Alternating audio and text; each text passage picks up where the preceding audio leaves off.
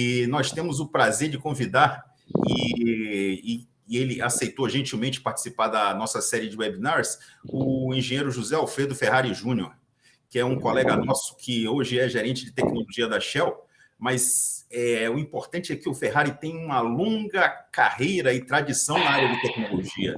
Eu trabalhei com o Ferrari quase 30 anos, quando nós éramos contemporâneos na Petrobras, né? E o Ferrari, apesar de eu não ter pedido o currículo dele, mas de ter trabalhado com ele, eu tenho praticamente de cabeça. Ele entrou em 85 para a Petrobras, mas ele foi direto para a área de produção. Ele foi para o EIP trabalhar como engenheiro de produção. Depois ele foi convidado para vir trabalhar na sede na área de engenharia naval e tecnologia, no INGP, que é o ramo do EIP ligado à tecnologia e engenharia de produção. E ele foi, durante esse período, nosso cliente por muito tempo. Então, dentro do sistema Petrobras, você no SEMPES trabalha tendo sempre um parceiro que é o cliente que direciona a tecnologia dentro dos órgãos FIM. E o Ferrari era o nosso parceiro, entendeu? Depois ele veio para a engenharia básica, passou um tempo conosco no SEMPES na engenharia básica, fez até um sabático no Japão como professor, no Japão por um período de 1 ano. Voltou para a Petrobras, ficou um tempinho conosco ainda. Infelizmente, foi convidado e acabou indo para a Shell, que foi uma grande perda para a Petrobras. Eu brinco com o Ferrari que hoje ele seria gerente executivo da Petrobras, igual a nossa colega Maísa, se ele tivesse permanecido lá, né? E, Ferrari, muito obrigado pela sua participação. Você é o protagonista hoje. Eu vou sair da minha apresentação e vou deixar você apresentar para os nossos colegas e professores dos PRHs, tá bom? Perfeito, Zé Antônio. Muito obrigado aí pela carinhosa apresentação e pelo amável convite.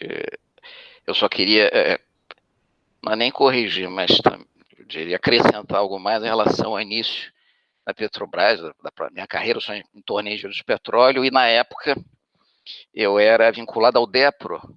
Você deve lembrar que nós não tínhamos ainda o IP, tínhamos 3 departamentos ligados à área de upstream, que era o DEPRO, o DEPER e o DEPEX. Então, eu fiquei muitos anos no DEPRO, só em 99, se eu não me engano, 98, 99, nós tivemos essa fusão desses 3 departamentos e passamos a chamar, até copiando um pouco, né, do modelo internacional que várias empresas adotavam, o famoso IP. Então, foram muitos anos trabalhando, alguns anos trabalhando na produção, uns 3 anos embarcado, e depois trabalhando na área de projetos de plataformas flutuantes, semi-submersíveis, FPSOs, ao longo de 27 anos. Né? Meu tempo de Petrobras, saí da Petrobras em 2011, fui para a BG trabalhar na área de shipping. Né? Quando eu falo shipping e BG, basicamente na área de performance, operação, projetos de navios metaneiros, famosos LNG Carriers. E com a aquisição da BG pela Shell, me tornei funcionário da Shell e retornei para a área, vamos chamar assim, upstream, offshore. E tanto na época da BG como agora, nos últimos 5 anos, na Shell, trabalhando na parte do que nós chamamos de projetos de tecnologia, um grupo de projetos e tecnologia da Shell.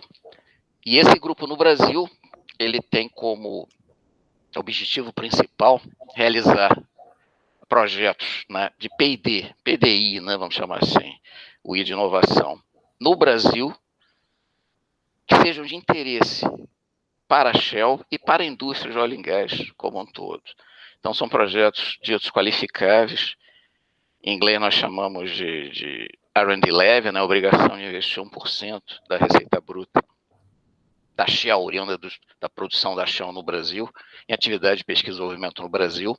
Então, existe um grupo na Shell, como existia na BG, um grupo da faixa de 20, 30 profissionais, que vem trabalhando, enfim, dioturnamente, na procura, na busca de projetos de P&D, que tem esse viés de pesquisa, desenvolvimento e inovação, através de parcerias locais, tanto com a academia como com empresas, mas eu colocaria como bottom line projetos que também tragam algum tipo de benefício para a Shell e estendendo, claro, os benefícios para a indústria de óleo e gás como um todo.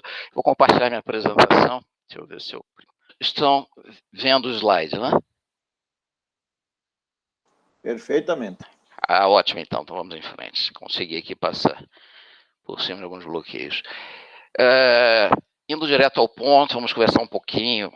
O Zé, quando conversou comigo, falou: nós teremos interesse em entender melhor quais seriam os desafios, as oportunidades. Nessa área particular que eu venho trabalhando, que é a parte mais de casco e topsides, né, estruturas, vamos dizer, módulos de processo, utilidades, de plataformas de petróleo, principalmente FPSO, figurinha do FPSO à direita, FPSO Cidade de Mangaratiba da Moldec, em operação no campo de Iracema. Essa é uma nota, basicamente, que diz que vocês não devem confiar plenamente naquilo que eu vou dizer sobre a ótica de investimento, né, ou de tomada de decisão para futuros investimentos, em ações da Shell ou mesmo em ações de empresas na área de energia. Então, é basicamente apenas um alerta. Esse primeiro slide mostra basicamente qual seria a visão da Shell. Eu que entendo também seja a visão de outras operadoras, empresas de óleo e gás em relação ao futuro, né, de plataformas de produção de petróleo, mais especificamente FPSOs. Nós imaginamos que daqui a, eu diria, algumas décadas, teremos unidades totalmente autônomas ou sendo operadas remotamente, com custo operacional bastante reduzido, pelo fato até de não serem habitadas, quer dizer, sem tripulação, emitindo gases, de efeitos estufa, nós chamamos em inglês de greenhouse gases, muito pouco ou nada, quer dizer, nível de emissão bastante reduzido ou zerado. E, claro, para nós chegarmos lá, um investimento muito grande ainda é necessário, que seriam plataformas muito eficientes energeticamente e sem tripulação. Nós teríamos um longo caminho em termos de roteiro, né, estratégico a ser seguido.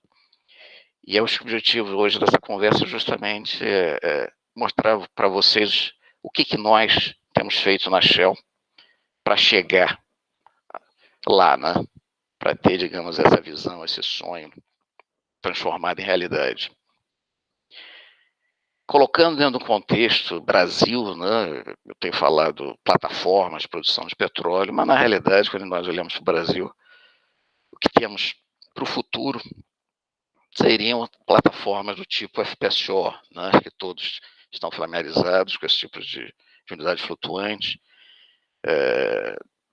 A Petrobras é uma grande operadora, junto com a Moldec, junto com a SBM, a BW Offshore, mas Petrobras é as grandes operadoras de unidades tipo FPSO, olhando, né, o cenário global e lendo, digamos, as últimas, o que vem sendo publicado, né, pela mídia nos últimos anos, existe uma tendência natural, principalmente com a recuperação do preço do barril de petróleo. Nós tivemos uma queda, não sei se vocês podem ver o gráfico, não estou conseguindo aqui habilitar o meu mouse, mas o próprio cursor.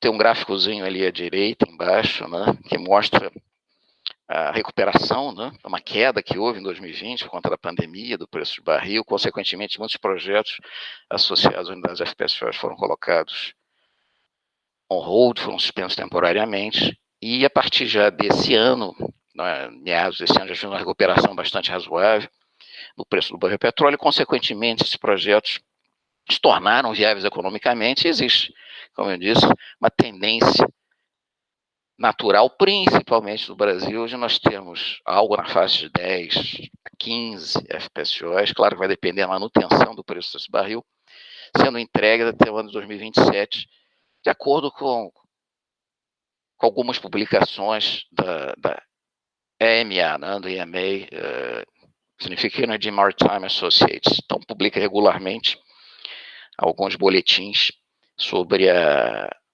tendência, vamos dizer assim, da utilização de unidades flutuantes de produção pela indústria offshore. Só que esses FPSOs, considerando, claro, o próprio grau de complexidade que temos visto somente no cenário de pré-sal, e aí eu me refiro basicamente ao Brasil, também existe uma tendência de que essas unidades sejam cada vez mais complexas sob a ótica principalmente de gerenciamento do tratamento do gás produzido com contaminantes, às vezes com percentual volumétrico elevado de CO2 ou mesmo H2S, e o mesmo se aplica à capacidade de produção, né? Existe uma tendência também de termos FPSOs com uma capacidade de produção diária de líquido acima de 220 mil barris, vamos colocar assim. Então é isso. Então existe uma tendência natural de que tenhamos unidades FPSOs cada vez maiores, mais complexas, cascos novos, muito provavelmente nos próximos anos. Esse slide apenas enfatiza o fato de que o Brasil, realmente, quando nós olhamos para a frota global, ele é extremamente representativo em relação à utilização de unidades FPSOs, algo na faixa de 30% da frota global. Imagino, hoje devemos ter algo na faixa de 180, 190 FPSOs operando. FPSOs e FSOs. O P de produção, quer dizer, tanto unidades com plantas de processo e utilidades em seus convés, como unidades apenas estocando óleo para fins de escoamento, né, através de navios aliviadores. Mas, enfim, algo na faixa de 190 globalmente. No Brasil, já devemos ter algo na faixa de 50 unidades, e unidades operando por muitos anos, principalmente aquelas operadas pela Petrobras, né, em campos como Marlim, enfim, Roncador, Albacora, unidades com, sei lá, 20 anos já de história, um pouquinho mais de 20 anos, e todas elas muito suscetíveis ao aparecimento, claro, de defeitos estruturais devido ao trabalho, né, ao processo de corrosão natural, ambiente extremamente agressivo, e ao trabalho, claro, estrutural, do que nós chamamos de viga navio. Né. Desafios, além da questão que eu comentei de unidades já envelhecidas, né, submetidas a um ambiente agressivo e também trabalhando muito estruturalmente, existe uma questão também crucial associada aos gargalos que nós temos nas unidades projetadas, né, e já construídas, e esses gargalos são relacionados ao grande volume de gás, ou mesmo às vezes CO2, que tende a ser produzido com o tempo, assim como a própria água, né? Então existe uma tendência, à medida que o FPSO vai produzindo, né, inicialmente atinge um nível platô, né, depois do ramp-up, que nós chamamos, atinge um platô level, e à medida que o tempo vai passando, menos óleo começa a ser produzido, mais água, em alguns casos, quando existe algum tipo de capa de gás, com mecanismo de produção, esse gás também acaba cortando. Algumas das vezes também, quando existe a injeção de CO2, que é algo mais recente, na própria rocha, né? O CO2 é produzido, ele é separado do sistema de membranas e é comprimido a alta pressão, e às vezes é reinjetado, né? Porque não sabe exatamente o que deve ser feito com esse CO2 produzido. E imagina-se que isso aumente o fator de recuperação do reservatório. E realmente aumenta, mas ao mesmo tempo existe o risco desse CO2 começar a ser produzido com volumes maiores. E o que temos na prática é que os sistemas de superfície para tratamento de gás, isso envolve, claro, a questão do CO2, o mesmo se aplica à compressão de CO2, compressão de gás, quando tem muito gás sendo produzido, a própria depuração desse gás em scrubbers. E aí podemos estender para a questão da água, que começa a cortar vindo do aquífero e começa a ser produzida em grandes volumes. Nós temos flotadores, hidrociclones que não foram dimensionados para gerenciar uma grande quantidade de água e garantir enquadramento dessa água para fins de descarte. E temos visto FPSOs armazenando água oleosa por algum período em tanques que não foram projetados para esse tipo de armazenamento, e essa água oleosa passa a ser descartada através de navios aliviadores, através de uma negociação com as próprias empresas, né? Uma TK, uma Knutsen, no caso da Shell, para poder receber nos seus slop tanks, ou mesmo em outros tanques, uma água oleosa para depois ser devidamente tratada e descartada já em terra. Então, uma série de problemas têm acontecido que tem limitado a própria produção. Quer dizer, às vezes o próprio operador deixa de produzir um pouco mais devido às limitações existentes na própria unidade em relação ao tratamento de gás, ao próprio tratamento da água, né, produzida junto com o óleo.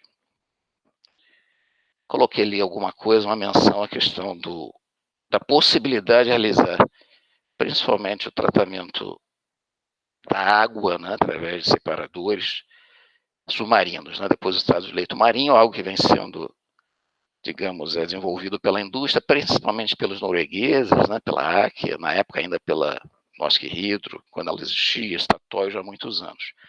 Não vejo como algo muito específico, depende das características do óleo, algo teria que ser, digamos, setado regularmente, né? Porque isso, claro, que é variável, né? Tanto o volume como as características dessa oleosa. Eu acredito que ainda tenhamos aí uma longa jornada pela frente para ter algo efetivamente provado no campo sendo utilizado e flexível, né? Outro desafio que tem mais a ver com a área de estruturas, a área de engenharia civil, engenharia naval, claro, tem a ver com o gerenciamento da integridade desses ativos, né? Falando especificamente de FPSOs. Nesse sentido, as empresas, e a Shell não é diferente, tem investido em modelos numéricos avançados, alguns chamam de modelos digital, ou gêmeos digitais, né?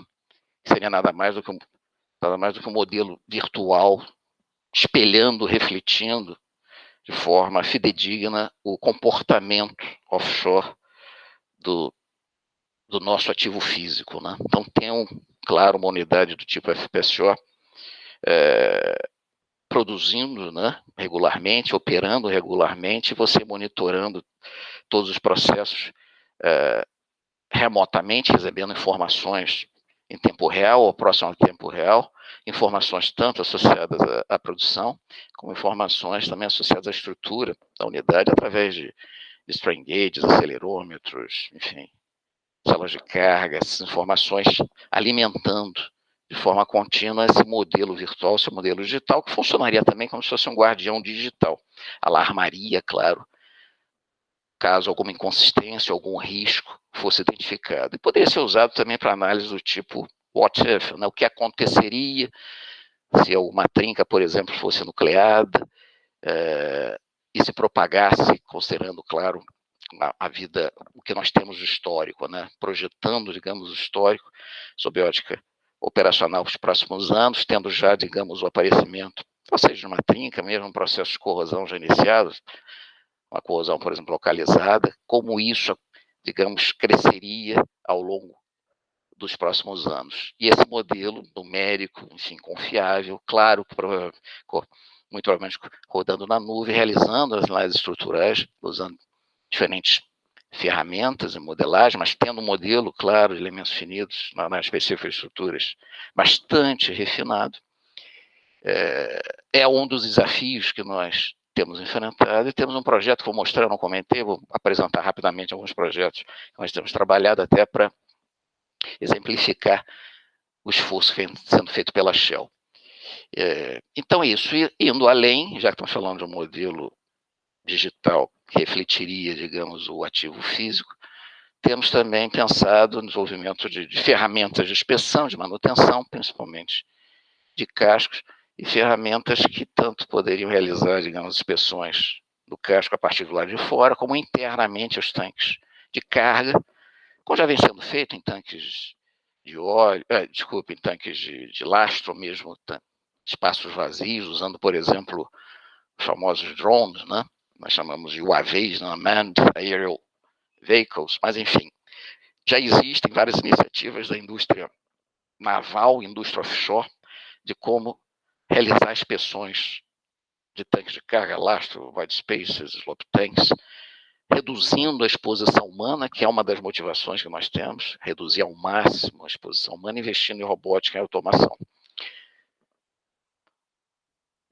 Isso aqui sintetiza basicamente o que eu disse. Nós imaginamos realmente no futuro ter a construção de um modelo virtual, claro que rodando na nuvem, carregando regularmente, digamos, essas informações que vão ser recebidas de forma estruturada e não estruturada, incluir também toda a parte de oceanografia física, enfim, é preciso também, claro, ter as informações através de linhas de fondeio instrumentadas, ali próximas, claro, o ativo físico, assim como de boias, um tipo Wave Rider Bueno, ADCPs compondo essa linha de fundeio para alimentar, de preferência, em tempo real, próximo ao tempo real, esse modelo nosso numérico, digital, virtual do ativo físico. E alguns projetos já têm avançado nesse sentido, eu vou mostrar um pouquinho mais adiante. Quais seriam, então, essas tendências, enfim, da indústria de petróleo, ou mais exatamente da indústria de plataformas de produção, né, flutuantes? Claro que começa com o aumento, né, da eficiência energética, tentar fazer mais, de preferência, usando menos energia. Estamos falando já de unidades com 90 a 100 megawatts, né, de potência instalada.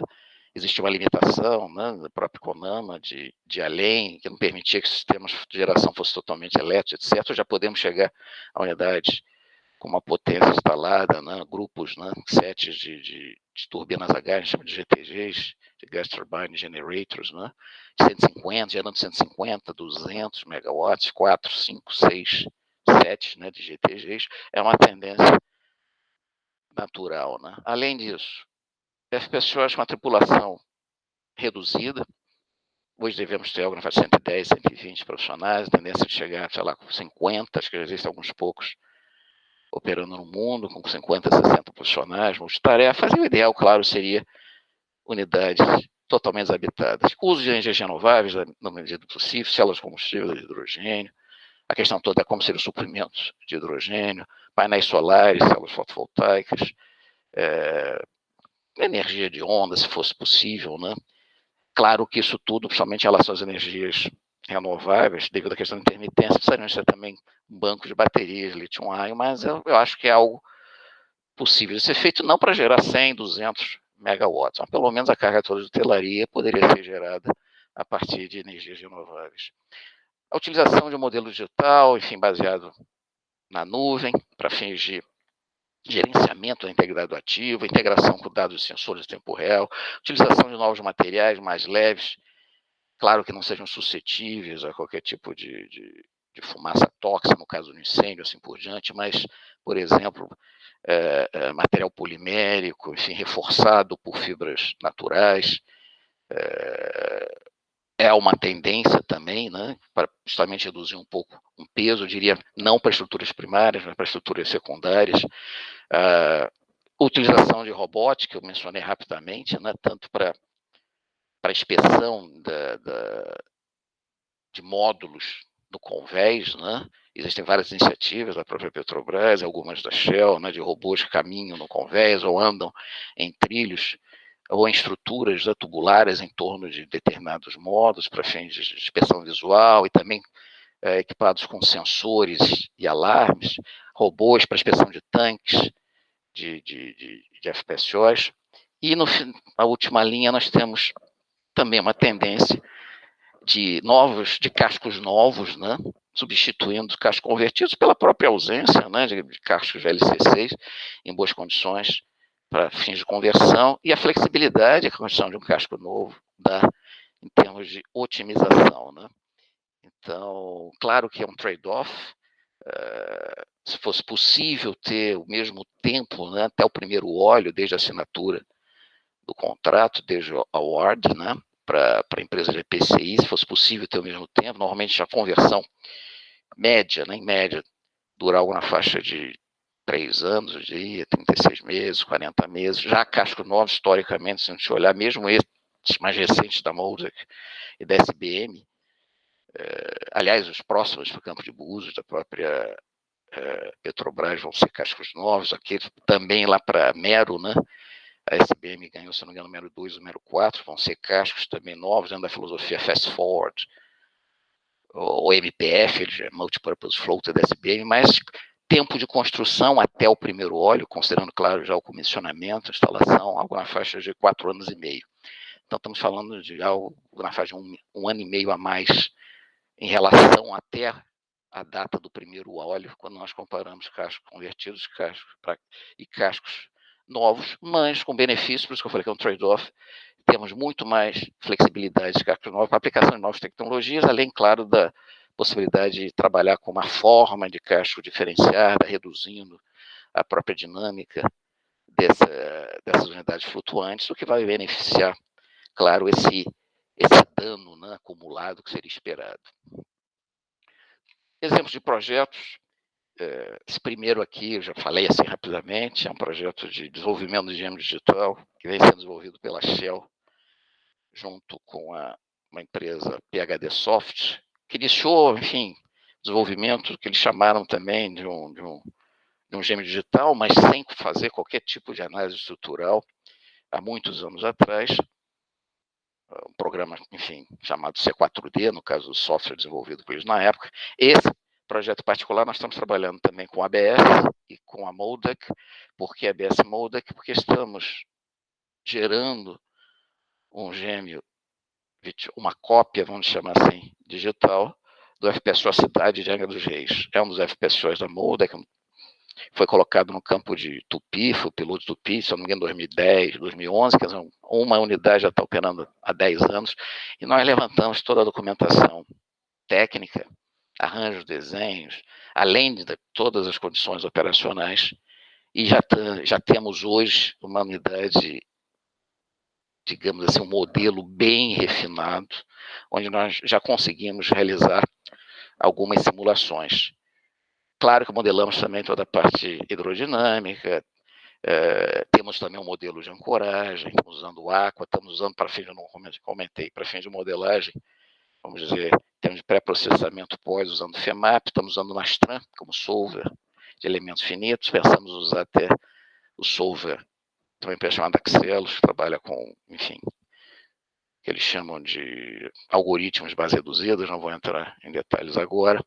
E para a geração da malha, estamos usando o Rhino 3D, que é o que vem sendo usado pela própria indústria faz muitos anos. Outro exemplo de projetos que nós temos com a SBM, temos com a Escola Politécnica da USP, envolve também a Federal de São Carlos, o time lá do IOUSP, Instituto Oceanográfico da USP, é o desenvolvimento de um tubulão de captação de água do mar a 700 metros de profundidade. Na verdade, são 2 tubulões, o sistema é totalmente redundante, 2 dutos de 1,65 m de diâmetro, 700 metros de comprimento, feito de HDPE, de polietileno de alta densidade. E o objetivo, claro, é aumentar a eficiência energética do FPSO,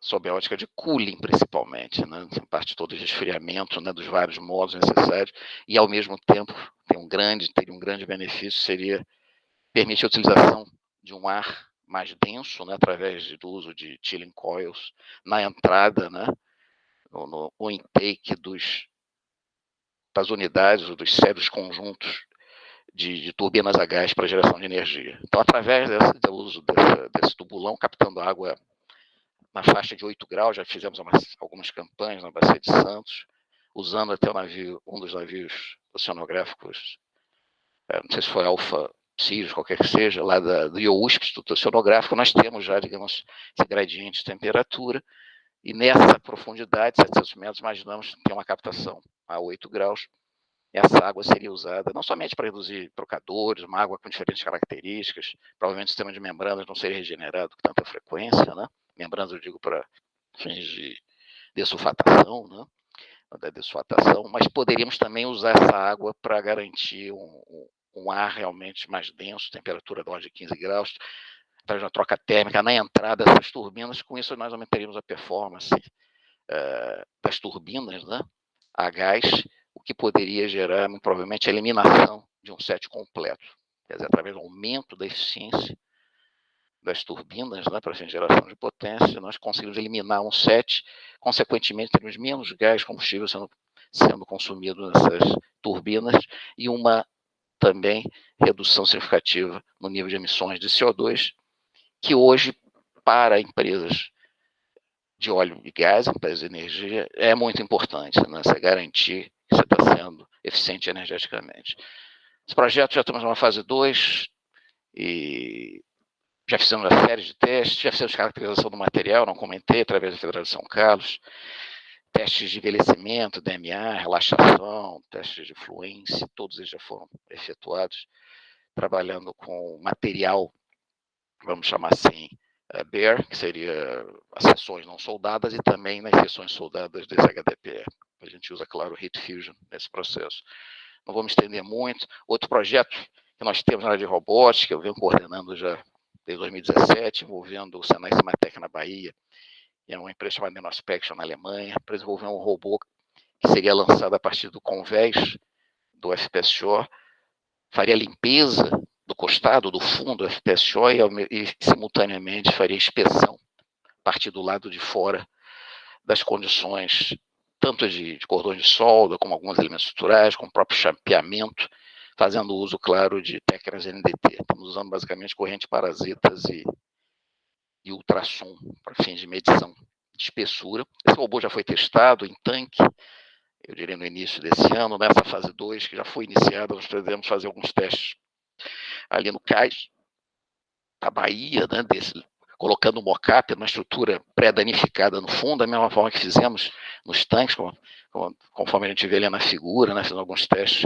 colocando no fundo de um tanque pequeno, um tanque usado, tanque, se eu não me engano, de 8 metros de diâmetro, colocamos uma estrutura no fundo também com alguns defeitos, né, alguns buracos, algumas pequenas trincas, para fins já de teste desse robô, desse crawler, né, e repetiremos esses testes no mar, 8 metros de profundidade, isso ali na Bahia, né? O Senai Cimatec está na Bahia, ali em Salvador, e depois pretendemos fazer testes também no FPSO de gaseificados.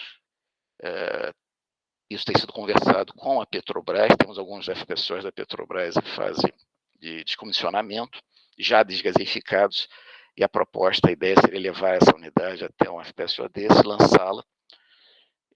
Com auxílio de ROV, ela vai ser posicionada para fins de limpeza, se for necessário, usa lá um sistema FlexClean para remoção do biofouling, né, desse crescimento marinho do casco, e a realização dos testes de inspeção propriamente ditos. Indo além um pouco, além de fazer inspeção, estamos também desenvolvendo um robô. Esse contrato deve ser assinado em breve, também envolvendo Senai Cimatec, uma empresa francesa chamada CodePad, e aqui o objetivo seria justamente realizar a manutenção, quer dizer, feita a inspeção, o identificado defeito no casco, né, na parte imersa. Nós utilizaríamos fixadores que sejam mecânicos, depois um material provavelmente compósito para fim de reparo permanente. Eu não está escrito nesse slide, mas esse projeto envolveria também a classe, muito provavelmente o DNV ou o Lloyds. E é isso. Então teríamos o Senai Cimatec trabalhando localmente com o DNV, com o Lloyds, e essa empresa francesa, de alguma forma, fornecendo expertise, já que eles desenvolveram essa técnica com sucesso, algo já foi, inclusive, qualificado pelo BV, até onde me lembro, pelo Bureau Veritas, pelo próprio Lloyds. A Total já fez uso, a própria SBM, mas para reparos secos, reparos na estrutura de topsides, em fundações de tubulações ou estruturas secundárias que precisaram ser reforçadas, eles já fizeram uso dessa tecnologia, mas não exatamente na parte submersa. Então, o objetivo do projeto seria justamente estender o uso da tecnologia para o casco submerso. Outro projeto já na área de, vamos chamar, de embarcações autônomas ou pilotadas remotamente. Nós pretendemos, nessa primeira fase, desenvolver o projeto, vamos chamar conceitual, que seria um pre-feed, uma embarcação autônoma, um SV, no offshore supply vessel, embarcação de apoio offshore, sem tripulação, equipada, claro, com todos os sensores necessários, e essa embarcação poderia realizar uma série de campanhas offshore, num primeiro momento pilotada remotamente, a partir da base, de uma central de controle, no segundo momento até de forma, cumprindo uma missão, né, de uma forma autônoma. Esse projeto deve ser desenvolvido com essa empresa chamada Tidewise, que já vem trabalhando com a própria Repsol Sinopec, já desenvolveu, até aparece ali fotografia em em verde, essa embarcação chamada Tupã, que é uma embarcação também, vamos chamar, autônoma, equipada com uma série de sensores, claro, anti-colisão, com a redundância necessária, a questão também vamos chamar de cyber, da segurança, né? Cibernética é muito importante, quer dizer, claro que a gente tem que ter todos os controles e barreiras possíveis para evitar que essa embarcação seja utilizada para outros tipos de finalidade, por terceiros. Então, a questão da segurança é muito importante, a questão da regulação também é muito importante. Então, já temos alguns contatos com a diretoria de Portos e Costas, a nossa autoridade marítima, em relação ao tamanho máximo permitido, considerando a legislação atual que nós temos no Brasil. Seria uma embarcação de 12 metros, já posso antecipar, não sei se aparece aí no slide, uma embarcação de 12 metros, totalmente autônoma, realizando campanhas potenciais offshore, seja lançamento de equipamentos meteoceanográficos, gliders, recolhimento desses equipamentos, campanhas sísmicas, eventualmente rebocando streamers, campanhas geodésicas, utilização em situações de emergência, né? No caso de um acidente, derramamentos, a embarcação poderia ser equipada com booms, ou mesmo até skimmers para coleta, pelo menos parcial, desse óleo para análise futura. Enfim, tem uma série de aplicações potenciais. Isso aqui é um dos exemplos, eu não vou perder muito tempo, mas apenas contextualizando. Acho que eu não mencionei todos esses projetos, muitos já estão em andamento, estão para ser iniciados em breve. Eles têm o que nós chamamos de um alinhamento grande com o negócio da empresa, né? Então, todo o projeto deve ser uma business purpose, uma proposta de negócio, e um business case, vamos dizer assim, deve ser construído robusto para justificar o próprio investimento da Shell. Esse business case deve considerar não apenas os benefícios que a empresa teria, mas também os benefícios que esse tipo de iniciativa ou de projeto traria para a indústria de óleo e gás como um todo, já que são projetos financiados, né, através da verba, da obrigação que nós temos de investir em P&D no país, né? Aqui nós chamamos da participação especial, né, dos campos, onde a participação especial é devida a 1% da receita, deve ser investida localmente em atividade de P&D. Projeto novo, falei muito em unidades novas, FPSO, mas existem várias unidades que estão em operação. Então, o que poderia ser feito para a gente reduzir o nível de emissões dessas unidades que já estão operando por 10 anos, 5, 10, 15 anos, mesmo aquelas que estão sendo projetadas remotamente, não foram, né, com esse tipo de preocupação. Então, aqui a proposta seria, junto com a empresa CBM, que tem muita experiência, né, tem uma engenharia muito forte na área de topside, na área de módulos, né, de processamento de óleo, de gás, tratamento, também utilidades.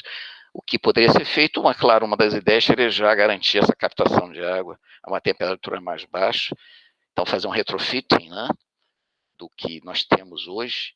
Hoje essa captação ocorre normalmente pela 40 metros, 30, 40 metros de profundidade, essa água do mar é captada para fins de refrigeração a 20, 22 graus. Então, se a gente conseguisse, não precisa ser 8 graus, porque precisamos de um tubulão de 700 metros. Isso seria viável para cascos novos, projetos novos, que chamam de greenfield. Mas para brownfield, aquilo que já está operando, ou que fossem 200 metros, 300 metros, olhando, claro, o gradiente térmico, já traria algum benefício, né, em termos de redução de emissões de CO2. Outra possibilidade, que é algo que já vem sendo discutido há muito tempo pela indústria, é o ciclo combinado, né?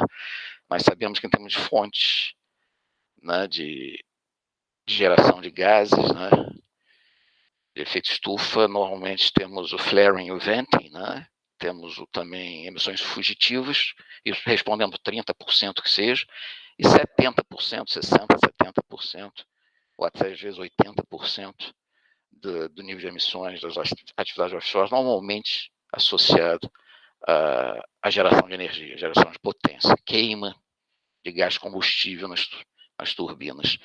Então, se a gente pudesse ter um ciclo combinado, aproveitando um pouco desse calor, adicionando uma turbina, claro que temos que ter estudo sobre a ótica até de espaço de convés disponível, né, para a adição, vamos dizer assim, de turbinas, alguns sets, né, de turbinas a gás, e no final a possibilidade de eliminação de um set e com isso, claro, reduzindo o consumo de gás de combustível, seria um grande benefício para a indústria. Mas é algo que está sendo discutido com a empresa SBM. Não sabemos ainda qual vai ser o escopo definitivo. Outro projeto faz discussão, falamos um pouco de energias alternativas, né, e também de geração de energia renovável. Quando eu digo geração, também, claro, a própria acúmulo, né, através de, basicamente, bancos de baterias.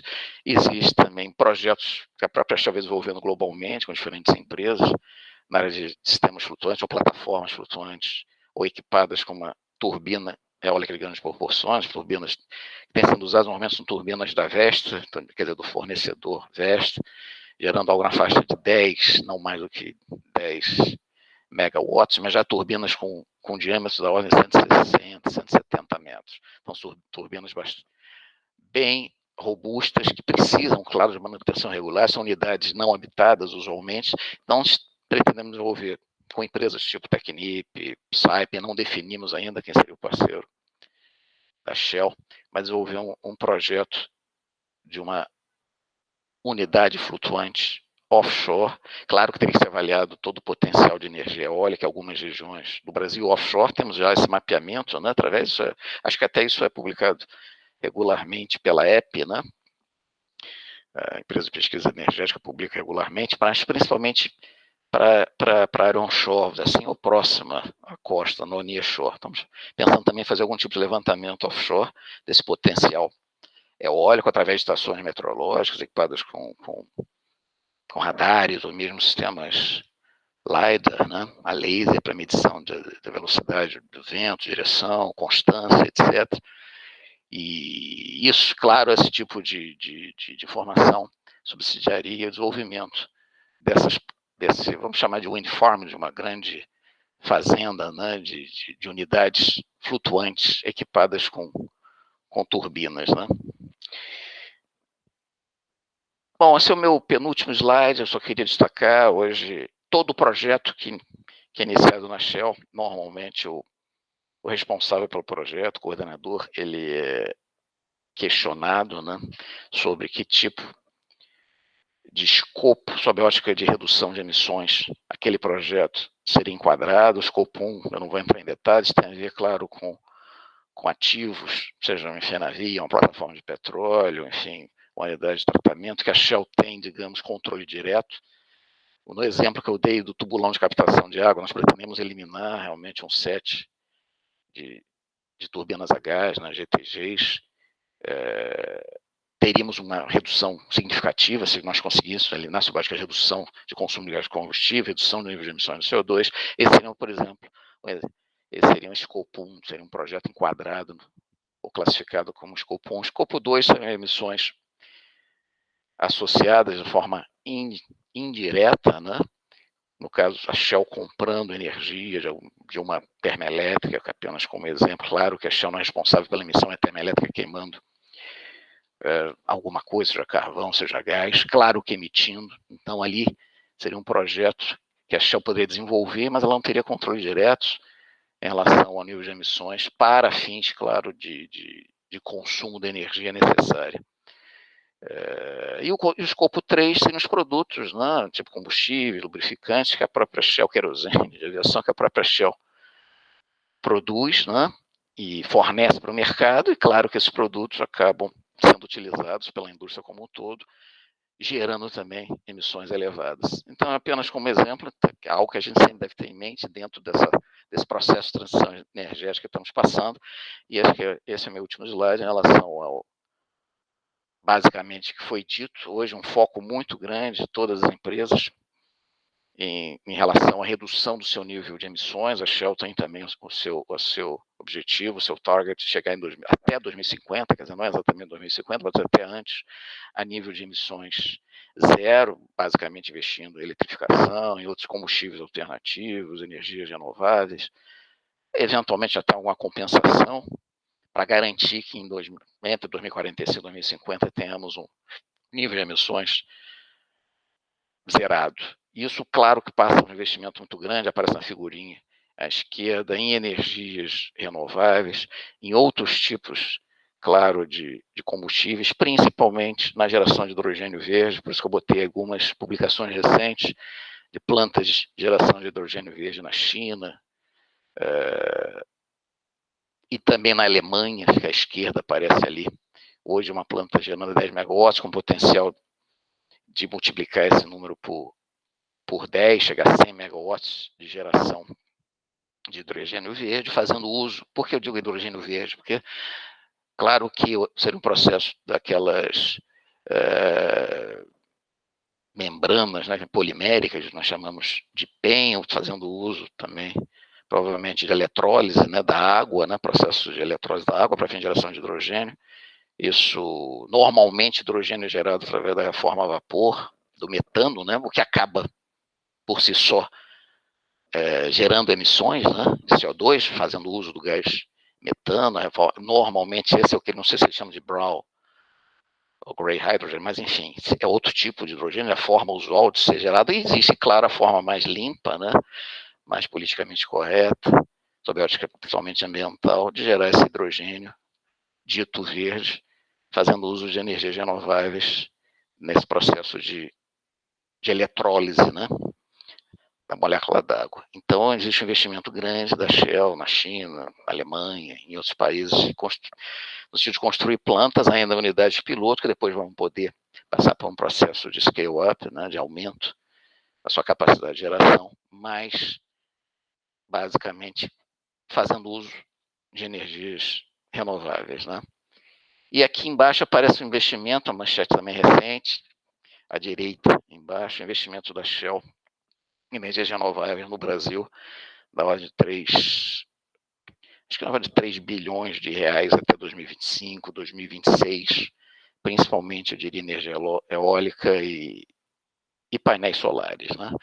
Então, um grande investimento da Shell deve acontecer, que vem acontecendo, não é algo recente, nessa área, né? É uma outra área, na área que eu trabalho, mas eu sei que internamente existe uma pressão, né, até muito positiva, de que projetos, sempre, qualquer que seja o projeto, mesmo na área upstream, considere, né, a possibilidade de geração de uma energia mais limpa, o uso de uma energia mais limpa.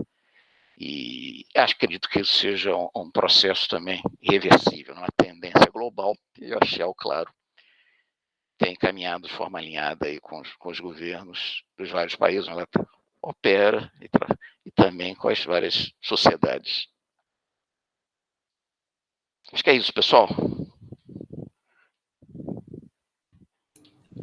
Ferrari, muito obrigado, rapaz. Puxa, a sua apresentação lembra o nosso antigo CTO, né? Tão ampla e tão, digamos assim, rica em pequenos detalhes, cara. Eu fui anotando alguns projetos e realmente eu acho que enriqueceu muito, pelo menos, o conhecimento das pessoas que estão participando, em ver como a Shell tem atuado de forma ampla em pesquisa, particularmente no Brasil, e como ela está com essa preocupação também de uma descarbonização da indústria de petróleo que nos persegue, né? É verdade. Acho que todos nós vamos trabalhar um pouquinho nesse enfoque, né?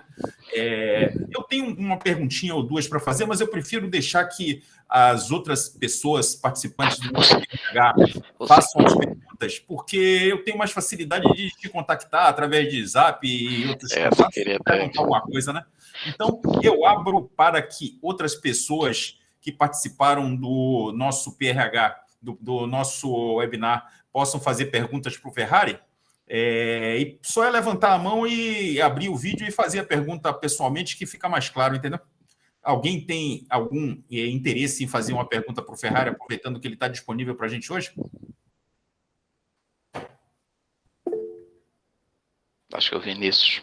Olá, bom dia, tudo bem? Bom dia, Vinícius, tudo bem? RH 22, aqui da FURG. Trabalho mais ou menos voltado na área de inspeção e o meu foco está na área de inspecionar peças metálicas.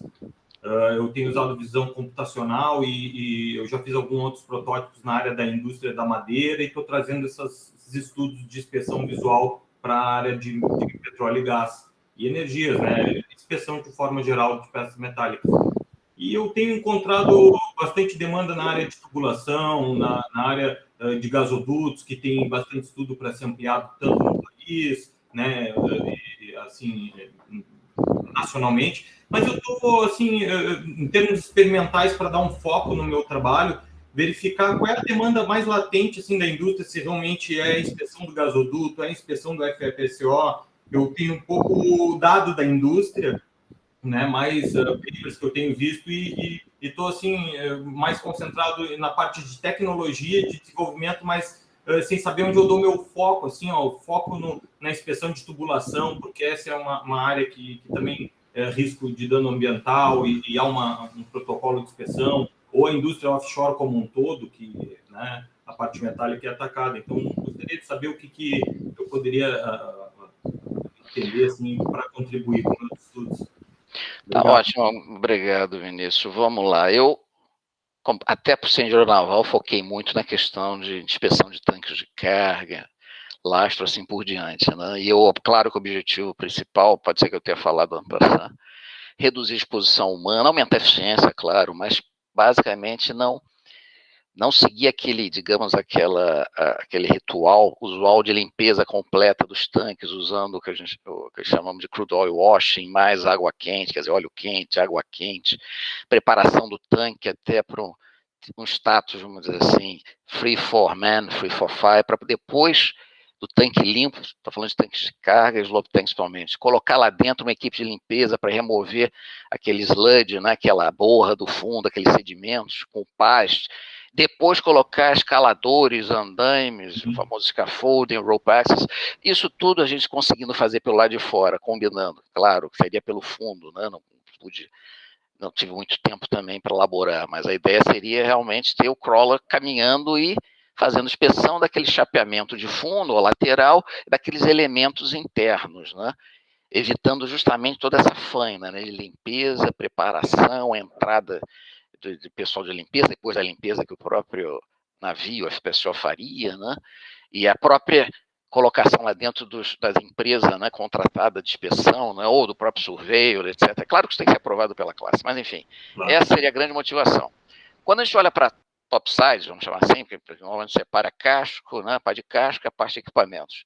Eu diria que a grande demanda está nas tubulações, principalmente aquelas daquele isolamento, né, onde acontece a corrosão sob o isolamento, né? Então a gente chama em inglês de CUI, né? CUI, né? Corrosion Under Insulation. Então existem tubulações que, devido à própria característica, né, do que está sendo ali, do que está fluindo, né, internamente, às vezes gás, diferenças de pressão, já tendência a uma condensação, ou as temperaturas são elevadas, nós colocamos isolamento e depois, num processo de condensação que acontece naturalmente, pela própria perda de querca, acontece, digamos, uma corrosão localizada que você tem dificuldade de identificar. E, às vezes, isso gera algum tipo de vazamento que representa um grande risco, um vazamento numa área classificada, né, sob a ótica de risco de explosões, onde ocorre um vazamento numa tubulação que você não está vendo exatamente essa corrosão, porque essa tubulação está protegida pelo isolamento térmico.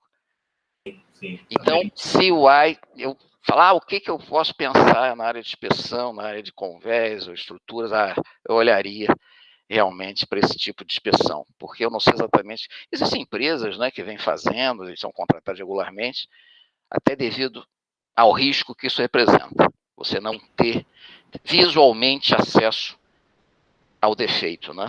Sim. Há um mapeamento pela indústria, no caso, a Shell, um caso específico, ela faz um mapeamento, ou foi detectado ali a corrosão. Regularmente nós temos que fazer. Tá bem. Então, acho que seria o caso pensar em como aumenta a eficiência desse processo, né, para garantir realmente que o risco seja mínimo. Não, o risco sempre vai existir, mas principalmente nessas tubulações que sempre vão, se numa planta, né, no usual de processo, seja uma refinaria ou no FPSO, vamos ter muitas tubulações revestidas com esse tipo de isolamento.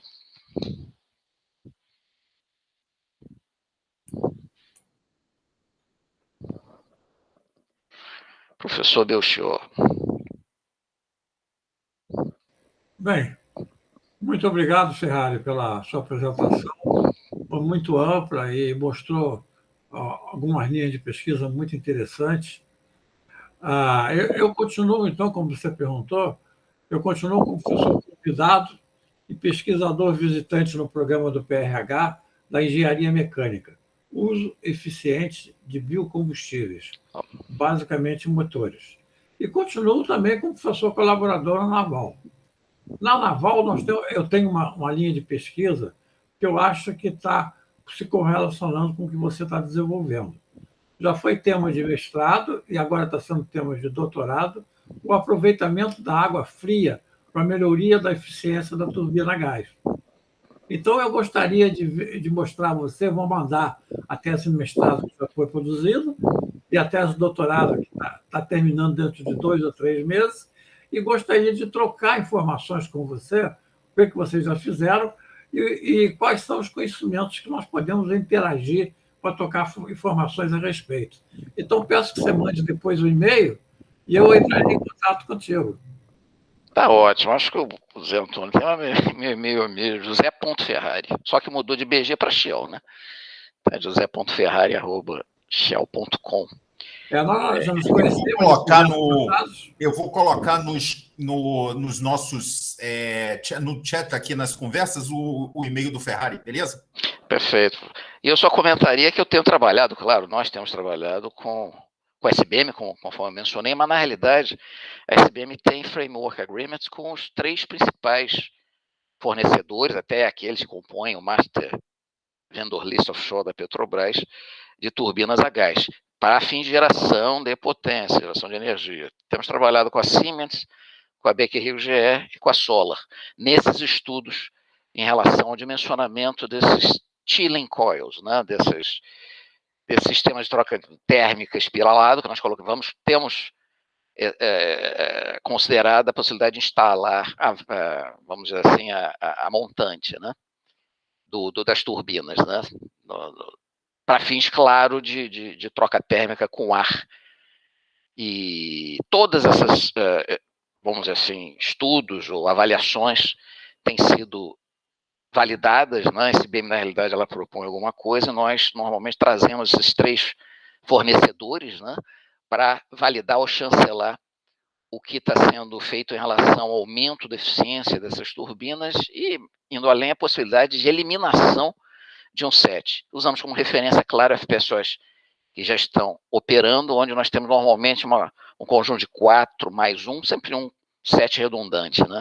Ou 3 mais 1 conjuntos de GTGs, né? De Gas Turbine Generators. Mas é isso, eu estou comentando que isso normalmente envolve a indústria, fornecedores, principalmente sob a ótica de validação dos benefícios, né?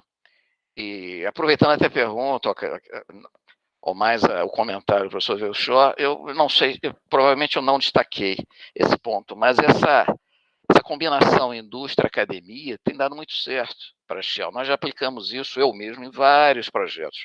Um deles, inclusive, o projeto que nós tivemos na BG, professor, que envolveu o próprio Bureau Veritas, envolveu na época até o próprio IPT, a UFRJ, o professor Belchior e o Tatalo participaram intensamente desse projeto. E o objetivo foi basicamente otimizar a forma do casco, né, de navios metaneiros. Então, essa parceria, vamos dizer assim, da Shell com a indústria e com a academia tem trazido frutos. Para a empresa, eu acho que é um modelo, vamos dizer assim, que vale a pena continuar sendo praticado, né? Esse tipo de parceria, né? Envolvendo a academia e a indústria. Desculpa aí que estou me escrevendo aqui, eu estou aqui falando no pessoal que mandando mensagens internas, eu estou tendo que desabilitar. Muito obrigado, Ferrari. Obrigado. Ferrari, essa parte de captação de água é a nossa menina dos olhos, né, cara? Eu me lembro que a gente já teve tanto problema com isso. O Paulo Maurício, eu me lembro bem dos problemas dos replicantes, que a gente tinha usado uns perfis de temperatura, na época, coletados apenas em algumas estações, porque a gente não tinha ainda a quantidade de dados, e aí precisamos ter depois dos FPSOs operando, ter de recalcular tudo isso. Esse trabalho é bem interessante, hein, Ferrari? Bem interessante mesmo. Bem interessante. Desde a época do Francis, pô. O Francis trabalhou com isso, o Papaléu trabalhou com Verdade. isso, o Maurício trabalhou com isso. É bem interessante saber que vocês estão investindo nisso. Ah. Foi exatamente lá em 700 metros, cara, que é a profundidade que a gente sempre via assim como o nosso desafio. E os estruturais sempre diziam, pô, mas botar um tubulão captando água nessa profundidade e todos os problemas estruturais. Eu não entrei em detalhes. Estamos falando de um lastro para manter, digamos, HDPS 2, né? Sob tração, as fibras sob tração. Estamos falando de algo na faixa de 220 toneladas de lastro. Temos um projeto de sistema de lastro que se estende por algo na faixa de 200 metros, combinando elos de amarra com clamp weights de concreto. Mas estamos falando de 220 toneladas de lastro. Estamos falando da instalação desse sistema, isso a TSBM tem contribuído bastante. Na primeira fase, trouxemos o ABS para discussões do RASID, RASOP. Na segunda fase, estamos com o Bureau Veritas. Quando eu falo ABS, o ABS Houston, ABS Brasil, agora somos Bureau Veritas Brasil e França, participando das discussões, principalmente em relação à instalação, operação, manutenção desse tubulão, que vai ser requerido, né, em termos de inspeções regulares. Se nós manutenção, né, Ferrari? Pô, a frequência natural de um negócio desse é que ele vai ficar, de alguma forma, oscilando ao longo da vida útil dele toda, né? Então, por isso que nós sintonizamos também o lastro para garantir, né, que nós não tivéssemos qualquer tipo de vibração, digamos, amplificada e indo além. Compressão dinâmica. Tivemos uma série de problemas. Nós fizemos uma análise, esse projeto começou em 2017. Fizemos uma análise de sensibilidade junto com o pessoal lá da Escola Politécnica da USP, aquele grupo ali do professor Clóvis, do professor Celso Pesce, não sei se os conhecem. Então, nós fizemos uma série de análises de sensibilidade, a SBM, claro, a SBM, grupo da SBM, as autoridades da SBM de Houston acompanharam, para 1.000 metros, 900, 800, 700, 600, também avaliando o tamanho do lastro requerido, as frequências naturais, a compressão dinâmica, tivemos problema realmente a partir de 700 metros, e chega um ponto que você fala, vou tentar o famoso equilíbrio, não um trade-off, eu não quero também, mas para 1.000 metros vamos ter alguns riscos sendo assumidos, vamos precisar realmente de estruturas, né, para lastrear muito grandes, de difícil manuseio. Falei, não, vamos pegar ali um meio termo, 700 metros, nós sabemos que podemos viabilizar. Nas análises globais, os resultados foram muito favoráveis. Esse projeto, eu mesmo apresentei acho que 2 ou 3 vezes para a Petrobras. Uma apresentação 2 anos atrás para o engenheiro do SEMPS, que vocês conhecem, o Vinícius, o Marcão, ainda estava no SEMPS, na área, não sei se ele era do Procap, era um coordenador de alguma coisa, mas enfim, um grupo grande da Petrobras lá no SEMPS, eu apresentei mais recentemente para o time de Búzios da Petrobras, o time de Mero da Petrobras. Esse projeto, Ferrari, é de muito interesse da Petrobras, com certeza. Não, muito interesse. Eu tenho certeza que é uma parceria de longo prazo, porque é um caminho natural, cara. É um caminho natural. Você tem de buscar água onde é mais eficiente. O problema é a solução tecnológica para captar água lá naquela profundidade, né? Não, é verdade. E a importância da Petrobras é que nós temos essa parceria, né, no BMS 9 e 11, temos aí também Mero, né, 20% seria o nosso equity. Então, a Petrobras tem que estar participando. E no processo de negociação com a SBM, eu fiz questão de incluir no nosso contrato que a Shell poderia estender a solução, quando digo a solução, os arranjos, desenhos, resultados, poderia estender para aplicação nos campos do Brasil, ou mesmo no mundo todo, onde a Shell tem uma participação minoritária. Não tem, você é parceiro, não é o operador. Work interest, exatamente, não tem um work interest muito elevado. Então, não tem problema algum. Então, isso a solução poderia ser incorporada a GTDs ou especificações funcionais dos projetos que tem a Petrobras como operadora, dos blocos que tem a Petrobras como operadora.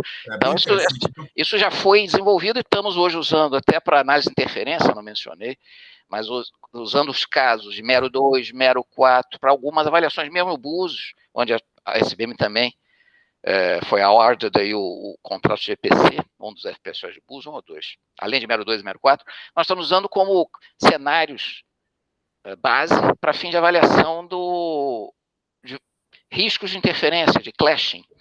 Nós temos aquele keel hauling, né, aqueles rises que estão por baixo do FPSO. Então, estamos usando isso, enfim, em termos de cenários, alguns FPSOs que a Petrobras onde a Petrobras é operadora, né? E para nós estudarmos justamente qual seria o melhor arranjo, o melhor espaçamento desses tubulões e onde eles deveriam estar posicionados. Claro que no bordo oposto ao do balcão de suporte dos risers, né? Mas estamos fazendo essas análises de interferência e de clash. E, Ferrari, não se esquece naquela parte de reparos com materiais não metálicos, não se esquece do Lorenzo, hein, cara? O Lorenzo, você sabe que a Olos, agora, ele se mudou do Rio de Janeiro para Itajaí. Ele está muito bem localizado lá, naquele polo metalomecânico e tudo mais que eles têm em Itajaí, né? E ele chegou a trabalhar com o Medicone, com o pessoal da Petrobras que trabalhava nessa época de reparos com materiais não metálicos. Ele chegou a fazer uns projetinhos bem interessantes. Então, talvez seja interessante você aproximar ele do pessoal do Senai Cimatec, para a gente não ficar dependendo dos gringos o tempo todo, né? Você sabe, nós trabalhamos junto por vários anos, que todas as soluções que a gente pode nacionalizar é muito bem-vindo, não só porque você traz tecnologia, como emprego para o nosso país, né? E sempre tivemos essa preocupação, até porque os projetos são todos qualificáveis em termos de investimento perante a ANP. Então, nós sempre destacamos nos relatórios, né, que são submetidos para o regulador, que nós estamos construindo realmente essa massa crítica, estamos capacitando localmente, estamos garantindo que essas empresas, mesmo aquelas estrangeiras, que é o caso da Innospection, mencionei daquele crawler, a Innospection está agora se estabelecendo no Brasil para prestar o serviço fazendo uso do crawler. E já tem contratos com a própria Petrobras, não fazendo uso do crawler nesse primeiro momento, mas usando a técnica de corrente parasita, a gente chama de MEC, né? Magnetic Eddy Current, para fazer inspeção de dutos, de tubulações, etc., de convés, usando, digamos, essa técnica NDT para inspeção. Então, a Innospection Brasil, existe, digamos, uma subsidiária chamada Innospection Brasil, ou do Brasil, já estabelecida, como resultado dessa fase 1 daquele projeto MCCR que eu chamei. E outra coisa que você comentou, que eu também trabalhei, particularmente nos meus últimos anos de Petrobras, foi essa parte de Alves, cara. Isso, para mim, é uma menina dos olhos. A Tidewise, inclusive, já tem um representante forte no Brasil, o engenheiro principal dela no Brasil, que me esqueci o nome dele agora. Rafael Coelho. É o Rafael Coelho. Ele é engenheiro naval que desenvolveu e fez parte dos projetos na Inglaterra, e depois ele voltou para o Brasil, e agora ele está aqui no Rio de Janeiro desenvolvendo... Eu vi aquele alvezinho dele ali, né? Aquele é o Tupã. Não, porque na realidade o Rafael trabalhava para uma empresa chamada ASV Global, uma empresa britânica. É isso mesmo. Autonomous Surface Vessel, ASV Global, e ele foi para Southampton, morou lá realmente pela ASV Global, voltou para o Brasil ainda pela ASV Global, e a ASV foi comprada por uma empresa australiana chamada L3. E aí, o que ele fez? Saiu da ASV e fundou a empresa chamada Tidewise. Então, isso aconteceu em 2018. A última vez que eu me encontrei com ele, a gente estava falando exatamente sobre os testes que ele estava fazendo com guerra lá do CEPS, com relação a esses veículos autônomos de superfície, né?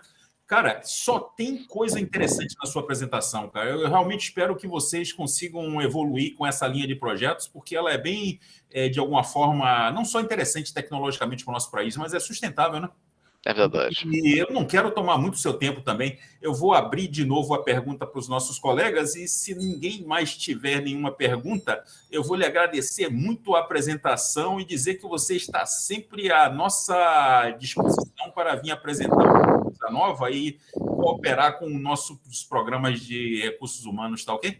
Tá ótimo, eu agradeço a todos aí, enfim, pela presença. Não sei se eu me estendi muito, acho que não, uns 40 minutos, 45 minutos de apresentação. Tranquilo, rapaz, tranquilo. Muito obrigado pelo seu tempo, hein, Ferrari? Obrigado a todos vocês. Tá ok. Agradecemos a todos vocês, e a apresentação vai estar disponível. Eu vou baixar e eu estou criando um site do PRH 9.1 junto com o Breno, e aí eu vou deixá-la disponível para vocês terem acesso, assim como as outras apresentações, né? E antes de desligar, pessoal, a gente vai fazer algumas apresentações bem interessantes. Eu convidei o consultor Marcos Donato do CEMPES para fazer uma apresentação sobre offloads e CTVs, convidei o Paulo Maurício, que está aqui para apresentar sobre fadiga, a Marina Simão também, que é uma das nossas alunas de doutorado, para apresentar sobre a parte de confiabilidade, linhas de amarração. Tem várias apresentações interessantes que vêm aí pela frente, e eu espero que vocês possam, de alguma forma, contribuir como participantes. Muito obrigado a todos, hein? Falou, Zé, obrigado. Obrigado, Ferrari. Obrigado, pessoal. Obrigado a vocês. Um abraço. Tchau, um abraço. A todos. Abraço. Abraço, obrigado, Ferrari. Um abraço. Obrigado a você. Um abraço. Tchau, tchau.